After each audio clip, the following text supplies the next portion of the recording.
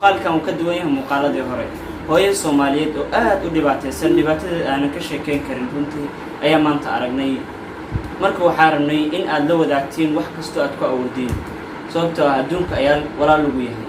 meesha loo baahan yahay in la isku caawiyo waa adduunka.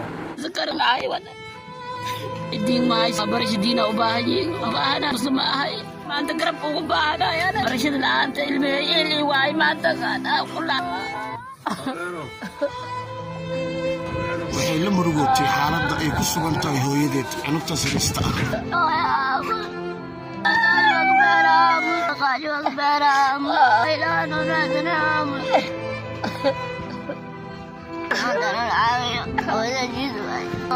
الدين ما أنا مريض ديسكور نمري لا يا يا وعنون كمان عابنا هو إذا قرب زيناي ما أدري أنا دي لو قرقار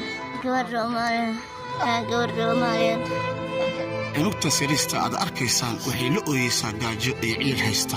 waa agoon ku dhex dayacan magaalada Muqdisho.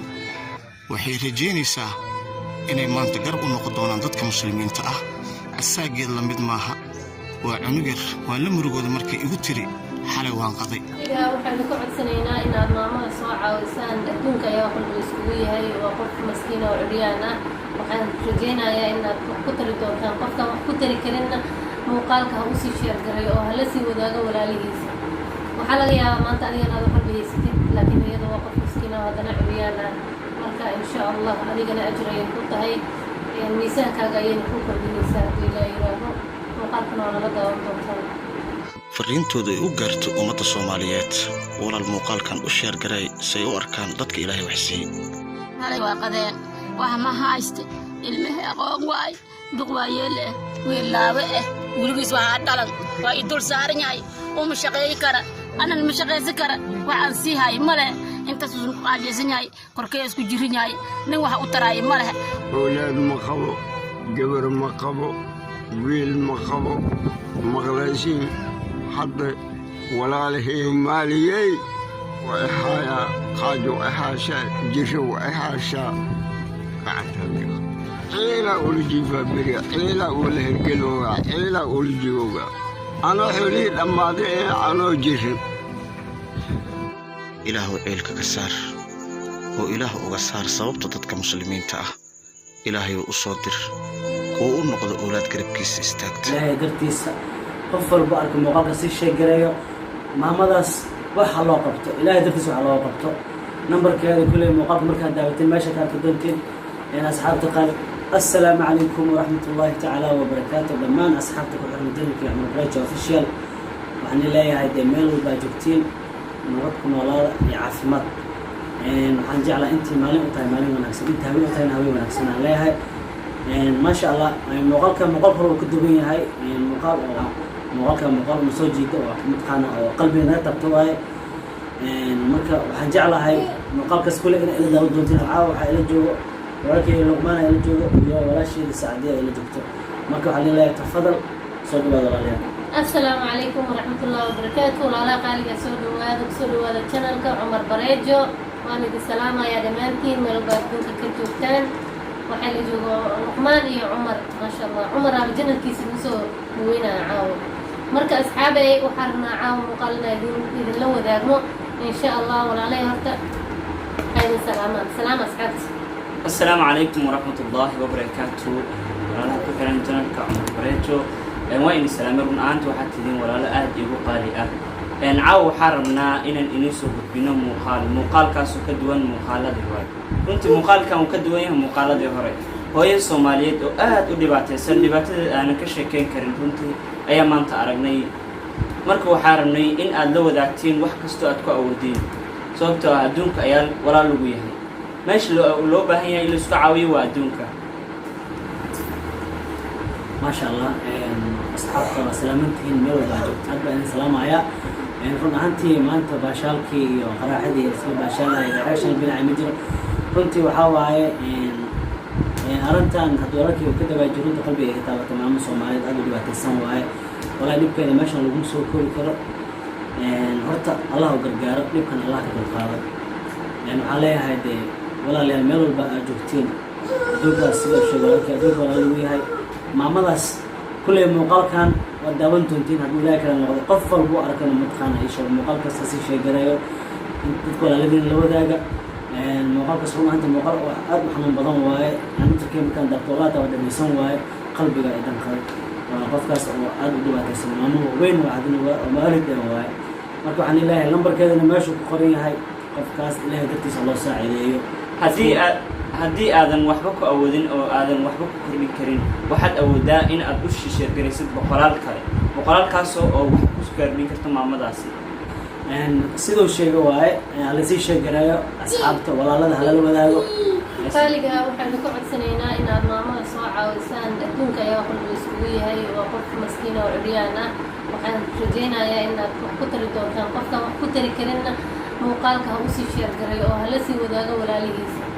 waxaa laga yaabaa maanta adigana aad waxba haysatid laakiin iyada waa qof maskiina oo haddana curyaan ah marka insha allah adigana ajir ayay ku tahay miisaankaaga ayayna ku kordhinaysaa haddii ilaa yiraaho muuqaalkana waa nala daawan doontaan السلام عليكم ورحمة الله وبركاته مقالكن حدو يعني بلاون دونا بليس وني بريا إلهي درتيس قفل بارك مقالك سي شيء جريو ما مداس waxa loo qabto ilaahay dartiis waxa loo qabto numberkeeda kulay muuqaalka markaan daawatin meesha ka doontiin in asxaabta qaali waxaan leeyahay wiilal iyo hooyooyin aabooyin intii na daawanayso waxaan jeclahay inay muuqaalka markii ay daawadaan qalbiga danqan doono waxay cuneen ay laasiyihiin wax kale iska dhaf marka insha Allah taala muuqaalka waa kaas daawada ila daawada ذكرنا عيوان الدين ما برش الدين وباهنا مسلمة ما أنت قرب وباهنا يا أنا برشد الآن تلمي اللي واي ما تقانا كلها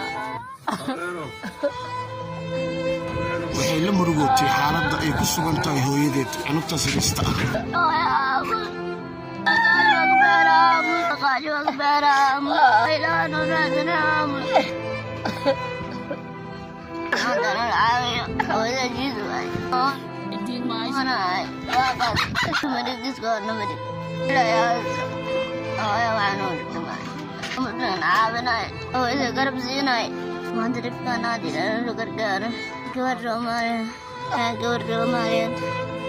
cunugta sirista aad arkaysaan waxay la ooyeysaa gaajo iyo ciil haysta waa agoon ku dhex dayacan magaalada muqdisho waxay rajaynaysaa inay maanta garab u noqon doonaan dadka muslimiinta ah asaageed la mid maaha waa cunug yar waan la murugooda markay igu tiri xalay waan qaday caruura ahay awoona xalay waa qaday hooyadii waa jis awoogay waxaa musiiba aabbahay oo dhintay hooyadii minoo shaqay karta weligay wax ma baran isquraana u baahanay goola u baahanay aabba mii noola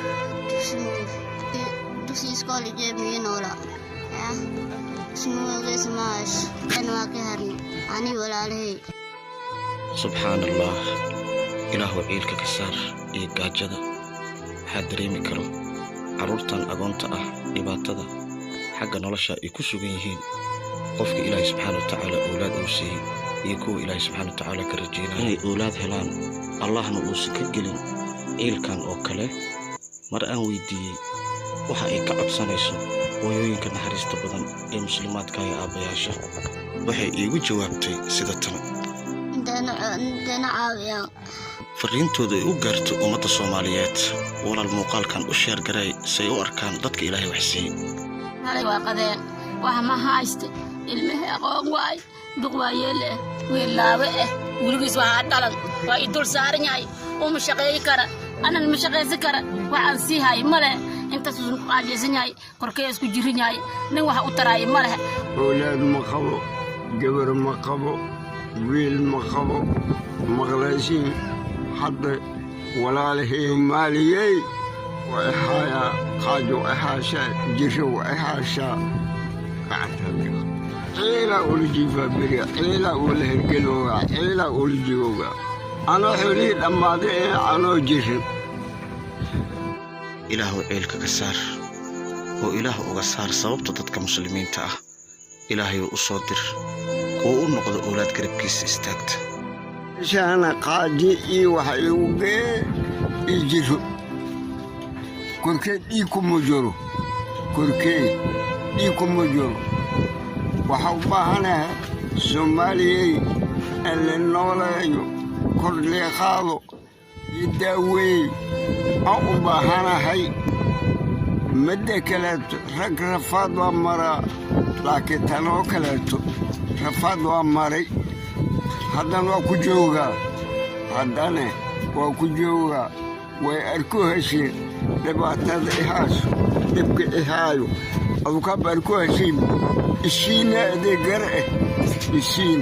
adeegar meelahana iska joojoogo yaa soomaaliyey aa lahay duco yaa kaa qaadaa hadda duco iga qaada idaaweeya lacagka lii siiyo dhiigya korkee dhiig kuma jiro xabad kuma jiro